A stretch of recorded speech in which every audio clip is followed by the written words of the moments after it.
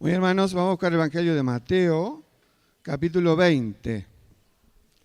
Estamos contentos porque hay hermanos que hacía muchos años no veíamos y hoy tuvimos la sorpresa de verlo. Hay un matrimonio de Ushuaia, los padres de David, que estuvo con nosotros hace mucho tiempo. Balestrinio, me parece que es el apellido. Bueno, el Evangelio de Mateo, y estamos estudiando las parábolas.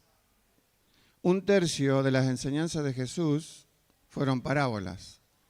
Y durante mucho tiempo hubo problemas para interpretarlas, porque se recurría a un abuso en la simbología y en identificar enseguida los elementos de una parábola, pero con un detalle que hemos tenido en cuenta, lo hemos aprendido, y que es conectar las parábolas con la literatura, con la enseñanza de los antiguos profetas hebreos o con lo que llamamos el Pentateuco y todos los libros. Y entonces vamos a buscar el capítulo 20. Y antes de buscar, yo le voy a hacer una pregunta. Si ustedes se acuerdan la historia del joven rico. ¿Se acuerdan que era un hombre? No todos los evangelios lo dicen, está en 3 evangelios, que era un principal religioso. Y a su vez tenía un atributo muy importante porque era joven y era rico. Y entonces Jesús tiene un diálogo electrizante con Jesús. Y Jesús no a todos, pero a él por única vez le pregunta si cumplió los mandamientos, para que él razonara. Y él se lanzó a decir, sí, pero era solamente una aclaración verbal sin consistencia. Él los conocía, pero no los cumplía. Entonces Jesús, como sabía eso, el preámbulo de la parábola, por eso estoy contando esto. Le dice una frase una demanda que no le hace a todos. Vende todo lo que tienes y dale a los pobres. Porque los mandamientos que le preguntaba era de la segunda ley, la parte de los mandamientos entre los hombres. Y entonces dice que no estuvo de acuerdo, no dio la respuesta, pero dice se fue triste. Y en ese momento, uno de los secretarios autoimpuestos de los apóstoles, un señor llamado Pedro, aprovecha la oportunidad y dice, Jesús, nosotros hemos dejado todo, ¿qué pues tendremos? Como diciendo, que se va, perdón la expresión así, ¿no? Para atemperar, para ubicarla en nuestra época. Que se va, no está dispuesto a nada. Y nosotros que dejamos todo del comienzo, Jesús lo había reclutado, hacía casi 3 años, y estaban siendo enseñados en forma ambulatoria, y dice, ¿qué nos corresponde? O sea, una idea medio materialista. Jesús dice ahí, y ya entramos en la parábola, bueno, les voy a dar la posibilidad de juzgar a las tribus de Israel, y van a heredar la vida eterna, no por trabajar, sino porque es un regalo de Dios, y van a tener mucho más. Dice una frase que repiten muchos los predicadores de la prosperidad, van a tener 100 veces más. No es 100 veces más literalmente, es una imagen literaria para hacer énfasis al Señor. Es como cuando uno dice 1000 gracias, porque me hiciste este favor. No te digo gracias, gracias, gracias. No, una vez. O a mi nieto le llegó un chocolate y sonreía de oreja a oreja. A ver, no llega los labios a la oreja. Entonces, empieza la parábola. Fíjense, voy a leer el versículo 1 de Mateo 20. Porque la única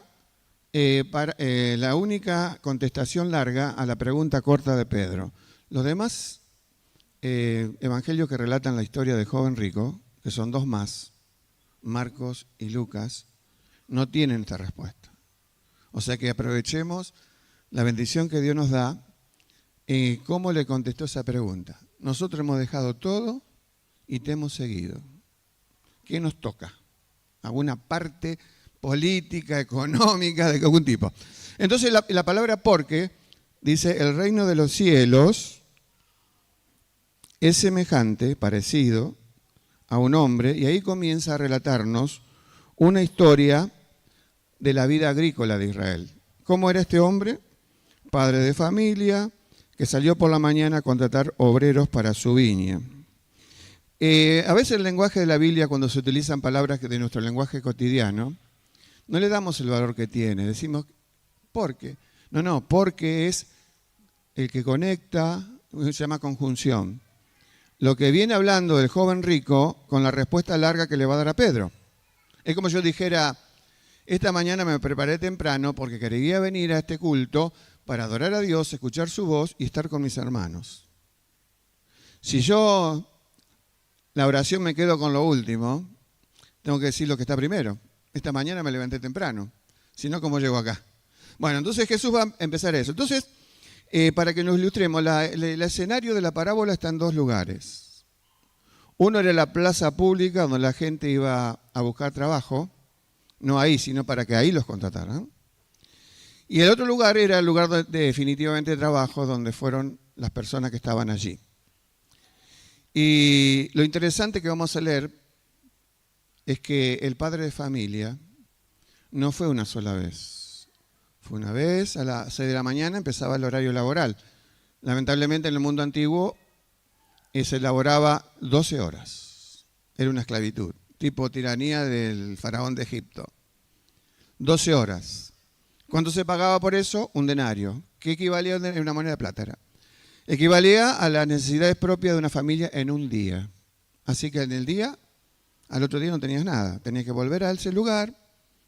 Y acá va a suceder algo extraño. Dijimos que el gran tema de las parábolas, un tercio de las enseñanzas de Jesús, tienen que ver con el reino de los cielos. Un estilo de vida que traía el rey de los cielos. ¿Quién era? Jesús. Y en él habían arbolado el mensaje de convocatoria.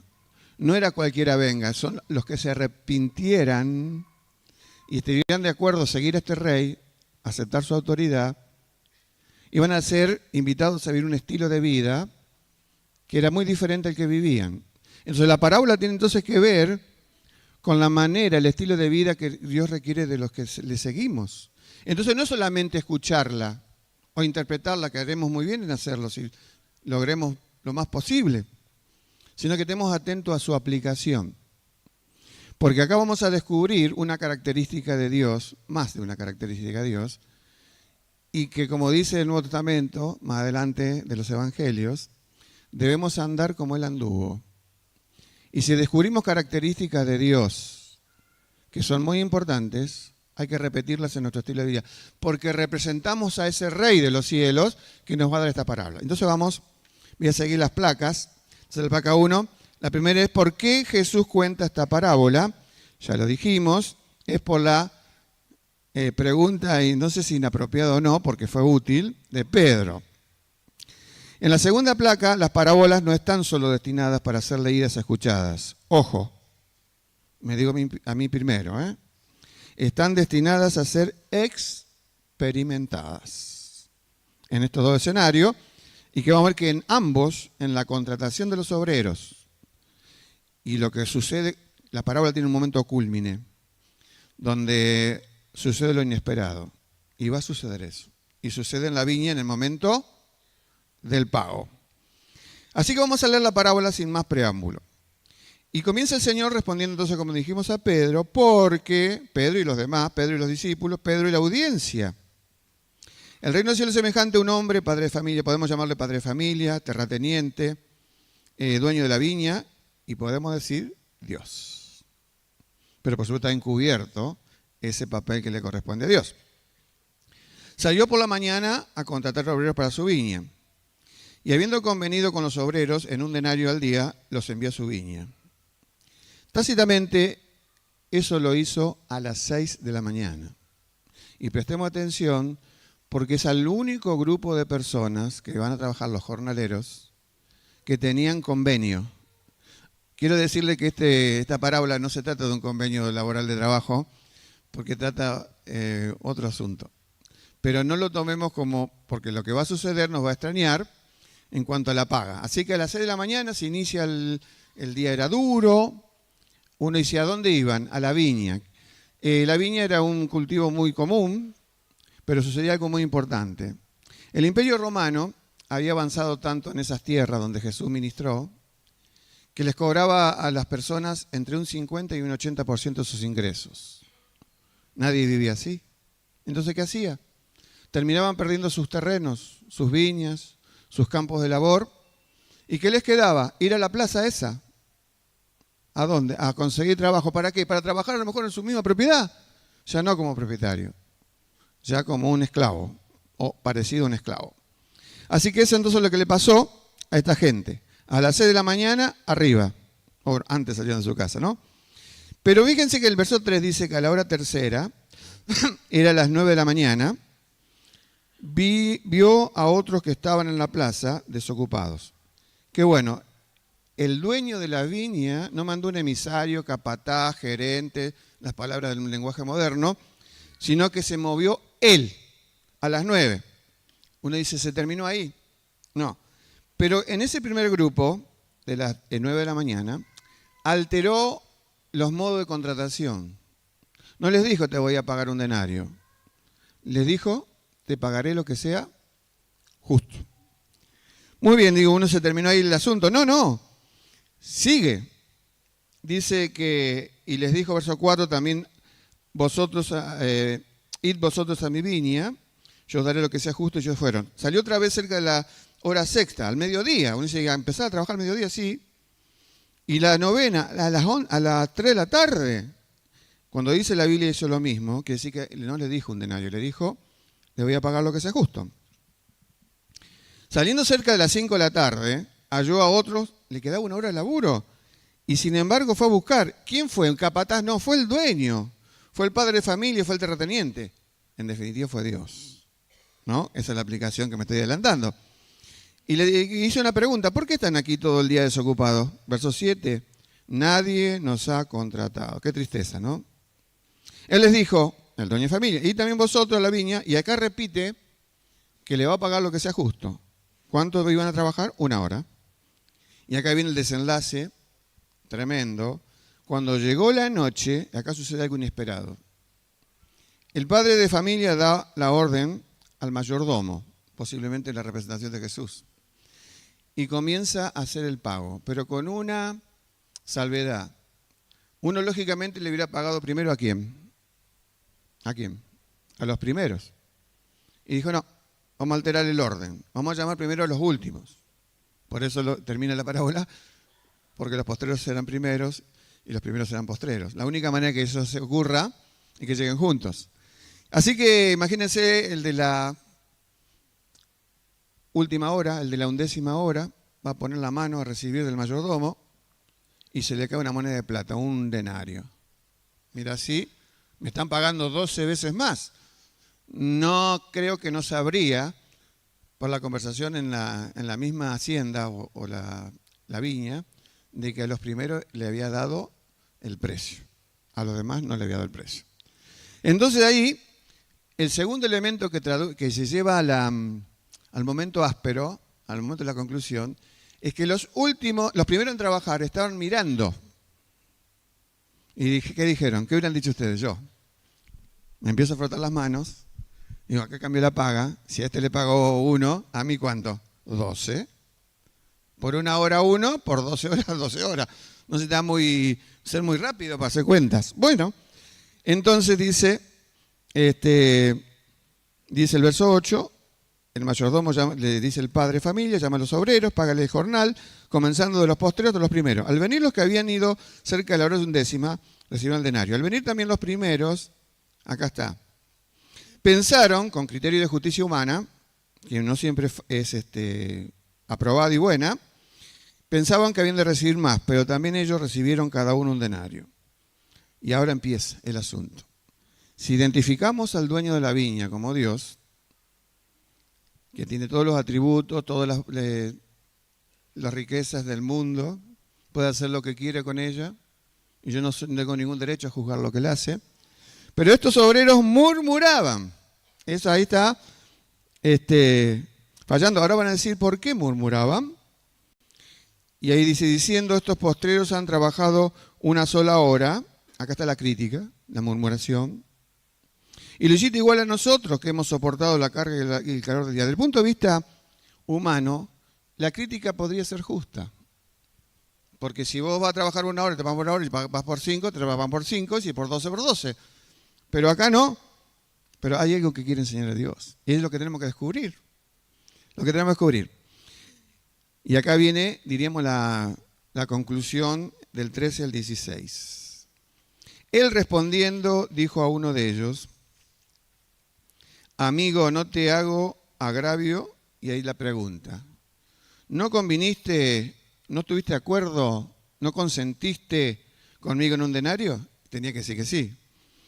Toma lo que es tuyo, dijo el padre de familia, y andate, vete, pero quiero dar a este postrero como a ti. Y acá está la pregunta: ¿no me es lícito hacer lo que quiero con lo mío? Por supuesto, pero el obrero no lo creía así. ¿O tienes tu envidia porque yo soy bueno? Y ahí está la conclusión: que los primeros serán postreros y los postreros primeros, porque muchos son llamados, mas pocos responden o son escogidos. Así que en la placa 3 vamos a ver algunas preguntas para la interpretación. Ahí está. La pregunta que uno se hace en primer lugar es: ¿por qué el terrateniente hizo tantos viajes? ¿Qué se hacía en una viña? Bueno, se plantaba en las laderas de las montañas, a veces había que arrimar más tierra, mover piedras y tierra, era complicado. Se podaba, lo dice la parábola de Juan 15, y se cosechaba.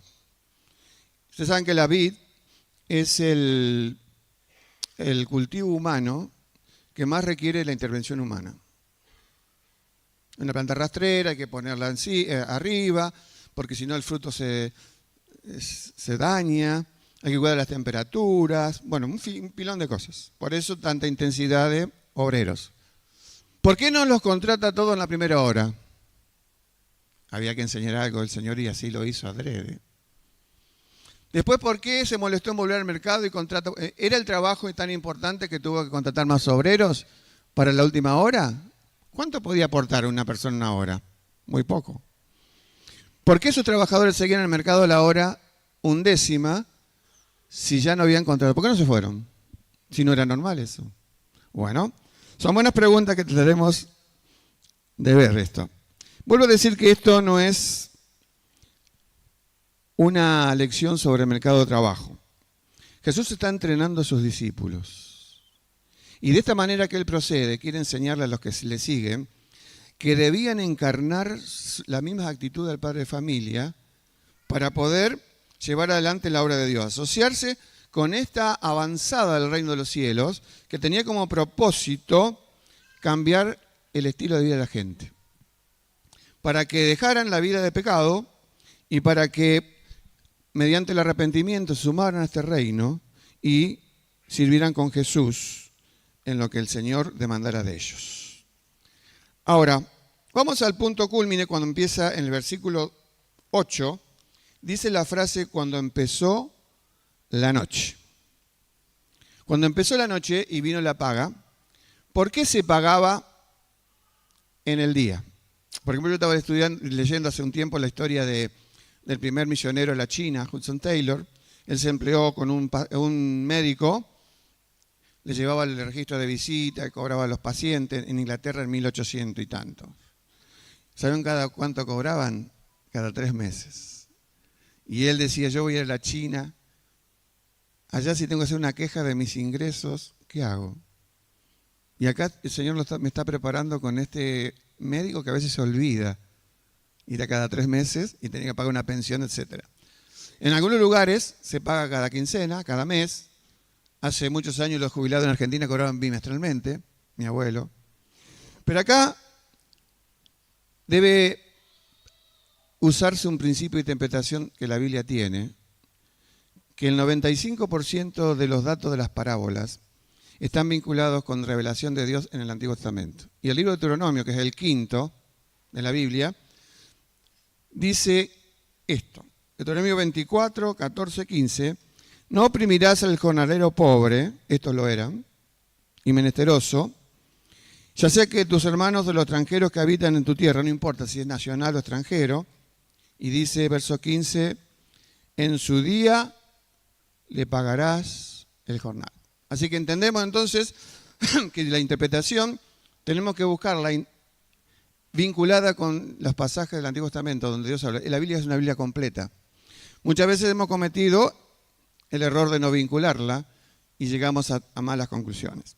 Así que entonces, lo primero que tenemos que ver entonces es que la idea de esta parábola es demostrar, y vamos a ver con los textos de la Biblia, ¿qué quiso mostrar el Señor? La generosidad del terrateniente. Entonces la escena culminante es para demostrar esa diferencia de pago. A mí me pagaron un denario, trabajé una hora, estoy súper contento. El otro que frotaba las manos dice, voy a recibir 12 veces más, y se quedó ahí con el mismo pago. Entonces, vamos a leer, para ver el punto central de esta situación de la generosidad, el versículo 15 de Mateo.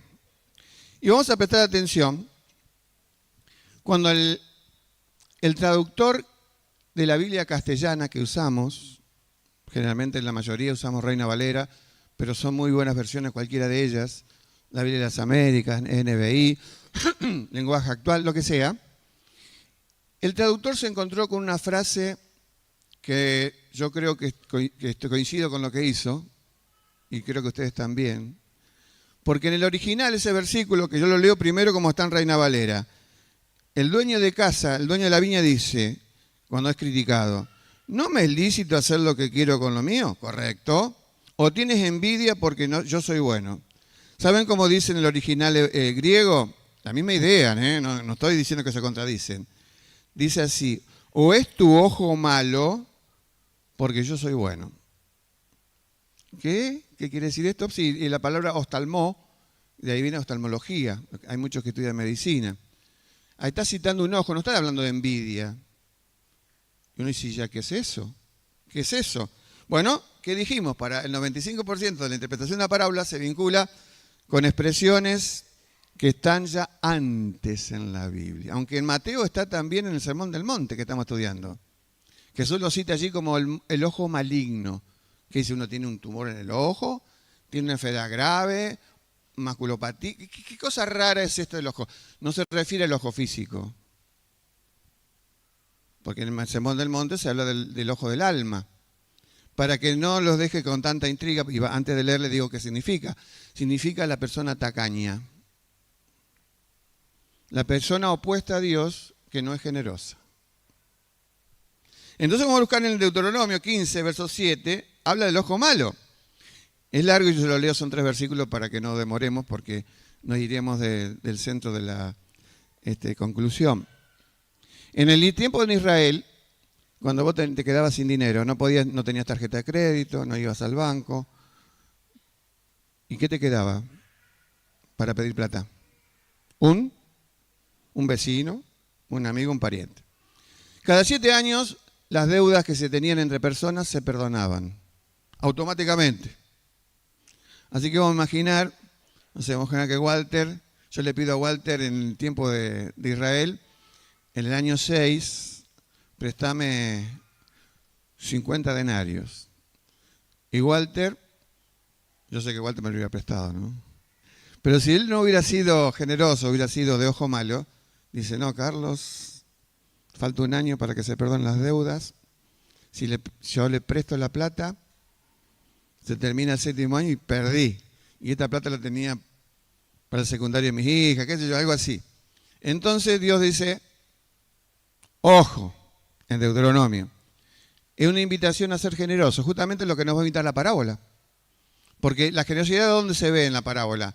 En que aquel que tuvo una escasa participación en la cosecha, en el trabajo, fue recompensado, pero súper.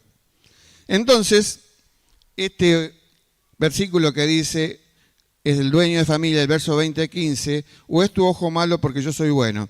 La palabra bueno, en el versículo 15, si ustedes se fijan en el capítulo anterior, que dije que están conectadas las dos historias, el joven rico, ¿cómo se acercó a Jesús el joven rico? ¿Cómo lo llamó a Jesús? ¿Maestro? Bueno. ¿Y Jesús qué le dijo? ¿Por qué me llamas? Bueno. Ustedes saben que la palabra bueno quiere decir también generoso o recto. Ahí estamos ilustrándonos un poco a dónde se conduce esto. Entonces la crítica a Dios es una crítica solapada, diciendo, no estás haciendo, por supuesto es al padre de familia que se hace la crítica, pero en realidad esta historia está revelando el carácter de Dios y aquellos están diciendo, Dios no es justo. ¿Ustedes han dicho alguna vez eso? Cuando pasan cosas difíciles, inesperadas, muertes prematuras, cosas que son difíciles de tolerar. A veces viene la idea a nuestra cabeza, Dios no está siendo justo conmigo, yo que hice esto, y empezamos a poner todos nuestros preámbulos, nuestras cosas buenas, como pensando que las cosas que hacemos presionan a Dios para que Dios haga lo que yo quiera. No, yo no lo voy a presionar. Dios no fue obligado, el padre de familia, por ese que trabajó 1 hora para que le pagara un denario. No dice eso. Sino que fue iniciativa de Dios. Así que tenemos viendo la generosidad del terrateniente. Bueno es ágatos, y cuando dice, es la palabra bueno que se traduce allí. Bueno o generoso. Entonces, placa 7, que quede claro, la expresión ojo malo no es el ojo físico, sino que era una expresión que se usaba en Israel en la época del Pentateuco, en la época de Moisés, para describir. Ahora uno dice, sí, pero lo decía en la época de Moisés. ¿Quién te dice que en la época de Jesús se usaba todavía? Bueno, vamos a una respuesta, la arqueología nos ayuda. En el año 1947, por ahí, hubo un descubrimiento arqueológico de manuscritos bíblicos impresionantes, llamado las cuevas del Qumran. Están ubicadas cerquita del Mar Muerto, en Israel. Un beduino tiene una piedrita así, salió en un pozo, descubrieron el pozo y había 700 manuscritos. ¿Y a qué no saben qué encontraron?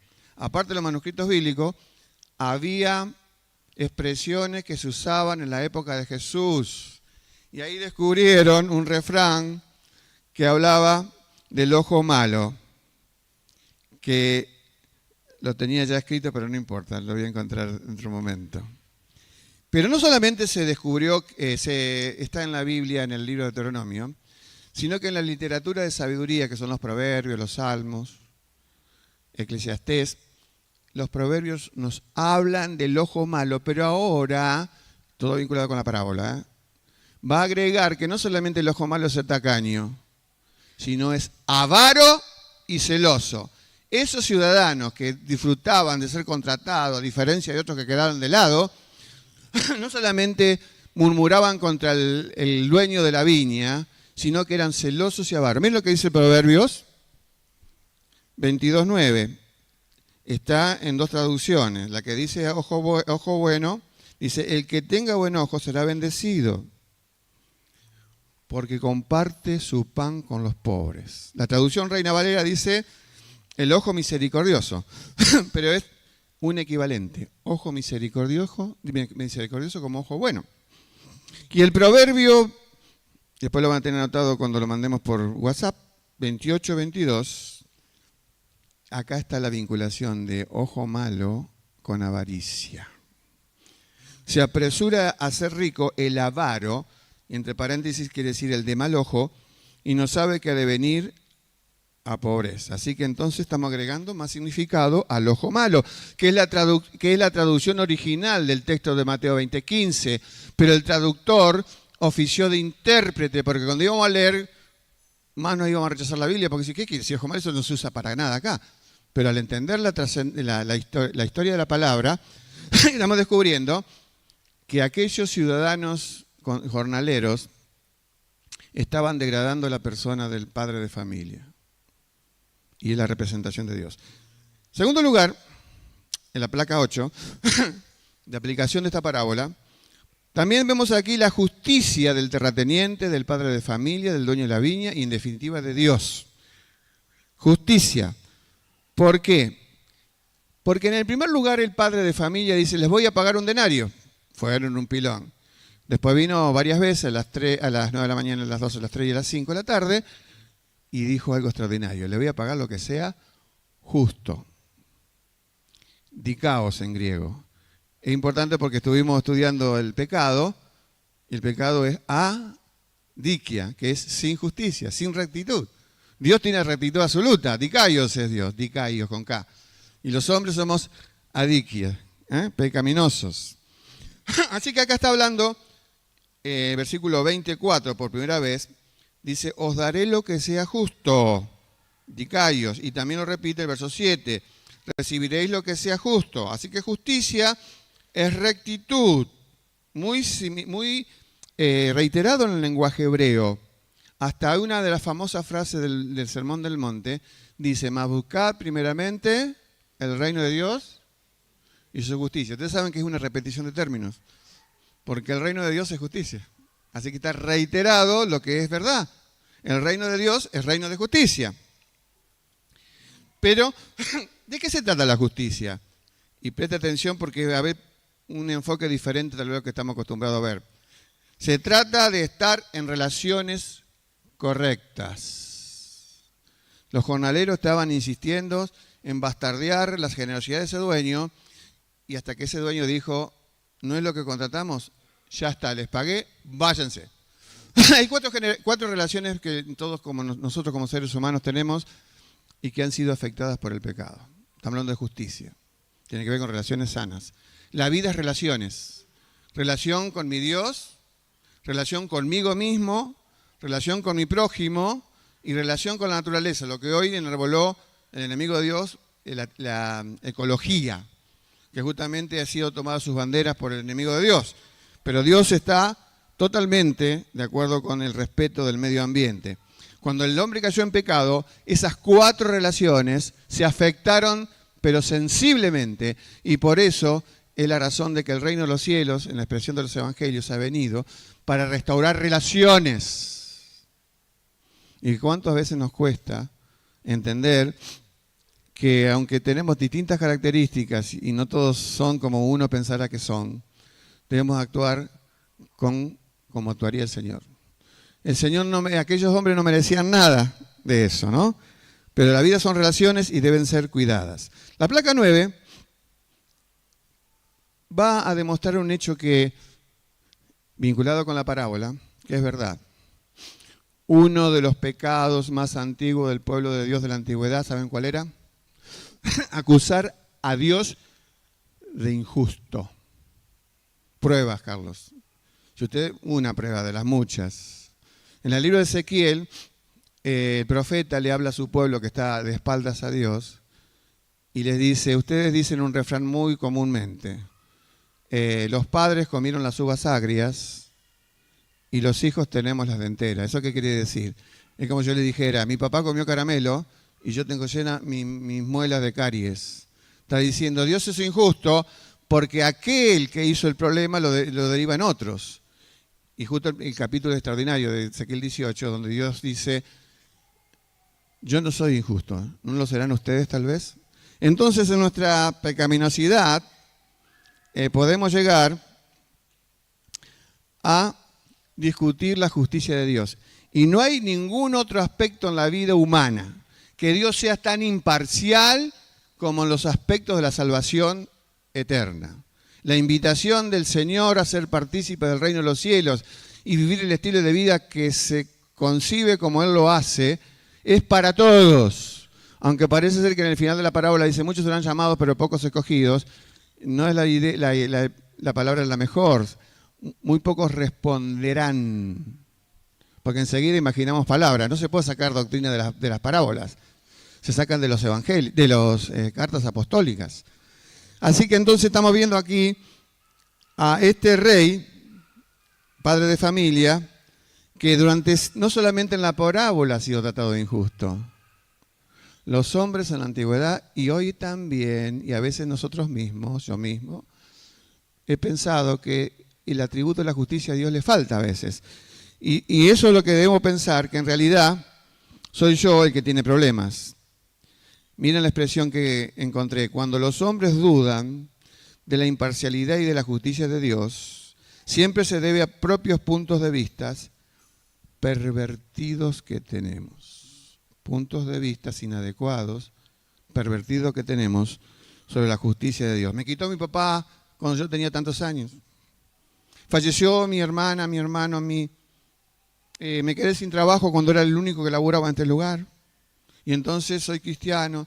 Digo, Señor, voy todos los domingos a la iglesia, ofrendo regularmente, como si esos serían los requisitos para que Dios actuara. Dios actúa independientemente de tus características. Dios bendice abundantemente aún a aquellos, como dice el Sermón del Monte, hace salir su sol sobre buenos y malos. Si Dios tuviera que a los perversos no darle sol, la mitad de los campos en Argentina estarían sin cosechar, o la mitad de la gente viviríamos sin sol. Así que en ningún aspecto, vuelvo a repetir, la imparcialidad de Dios es más significativa, más maravillosa que en la salvación. Ahora, en tercer punto, vimos la generosidad del padre de familia, vimos la justicia del padre de familia, y ahora la conexión de justicia, placa 10, la conexión de la justicia a través de la generosidad. Entonces estamos descubriendo que esta es una parábola sobre la justicia a través de la generosidad. Dice Dios, cuando habla el padre de familia, dice, no he sido injusto contigo. Cuando él argumenta que pagó lo que debía, no contrataste un denario, ¿qué te di? Un denario. Entonces el padre de familia dice, no he sido injusto contigo. Dios es tratado por nosotros de injusto. Miren lo que voy a decir, hermanos, y nadie se asuste. Yo amo la supuesta injusticia de Dios. ¿Saben por qué? Porque la manera de responder de Dios, ajena a la manera que yo vivo, he vivido en pecado, he vivido desobedeciendo a Dios, pero Dios no obró de acuerdo a mi procedimiento y mala conducta, o mi mala forma de vivir, producto de mi mal corazón, sino que Dios me amó abundantemente, y eso, ¿saben cómo se llama? Gracia.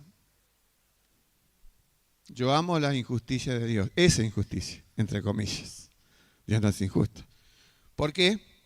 Se llama gracia, y los nombres que le da la Biblia es redención, porque Él me rescató, justificación, porque Él justificó mi vida de pecado, regeneración, porque me volvió a dar vida, reconciliación, porque era enemigo y me reconcilió, adopción, porque era un hijo ajeno, desconocido y me adoptó, me dio expiación, porque reparó la falta de mi pecado, me santifica, aunque tienes muchos problemas conmigo, porque cada día tengo que modificar mi manera de vivir, porque su gracia es abundante.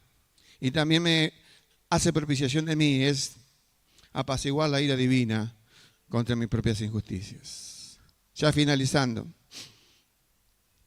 Dijimos que las parábolas no son para escuchar solamente, no son para tratar de interpretarlas, que no siempre lo hacemos acertadamente, sino tienen que ser aplicadas, experimentadas y vividas. Porque esa parábola representa la personalidad de Dios, sumamente generoso, sumamente justo, no, infinitamente generoso, infinitamente justo, y vincula la generosidad de Dios con su justicia. Y entonces entonces viene la última placa, la anterior. Hay tres problemas que yo tengo, y posiblemente también vos, para ser generoso como Dios. Y no me refiero a dinero, porque algunos veces el pastor está pidiendo dinero. No. Quiero decirle que la iglesia satisface todas sus necesidades y es súper abundante la ofrenda de los hermanos. Yo me refiero a la generosidad para tener oído, para escuchar al que necesita. Pero mira que es demasiado denso para escucharlo. Bueno, yo soy denso para Dios también. Y me aguanta. No me aguanta. Me ayuda, me corrige, me da su gracia. Generosidad para tolerar a un pariente descomedido, siempre metido, preguntón, lo que sea. Generoso con el compañero de trabajo que yo laburo y el otro no. Hay una hermana que nos contaba eso el otro día. Salía de vacaciones y todos los demás le tiraron el trabajo a ella y todos estaban así, trabajando en forma inusitada. Generoso con que generoso cuando yo vivo. Yo vivía con mis 4 hijos, ahora están casados, están fuera de casa. Tengo solo con mis nietos, ¿no? Posiblemente también con ellos. Con mi esposa, o mi esposa conmigo. Pero los tres obstáculos los da el Sermón del Monte. Primer obstáculo para que yo sea generoso es que yo me apoyo en lo material. Y apoyarse en lo material conduce a una confusión de valores. Confunden los valores. Pienso que lo material está por arriba y lo demás por abajo. Por eso el Señor dice, busquen primeramente el reino de Dios y su justicia, y todo aquello que le produce ansiedad, que era la comida, la bebida y el vestido, Mateo 6, van a ser suplidos con generosidad. Pero pónganme a mí primero. Y el mundo materialista de hoy, la sociedad paganizada, la sociedad babilónica, la expresión que la Biblia le da, es una sociedad marcadamente materialista. Pensá, vos tenés hijos que están haciendo grandes, o aquellos que tienen niños chiquitos. ¿Les gustaría que tus hijos fueran misioneros en un lugar inhóspito? ¿O te gustaría que tu hijo fuera médico? Que acá hay muchos candidatos a médicos. Arquitectos, abogados. ¿Preferiría un futuro lleno de sin sabores económicos?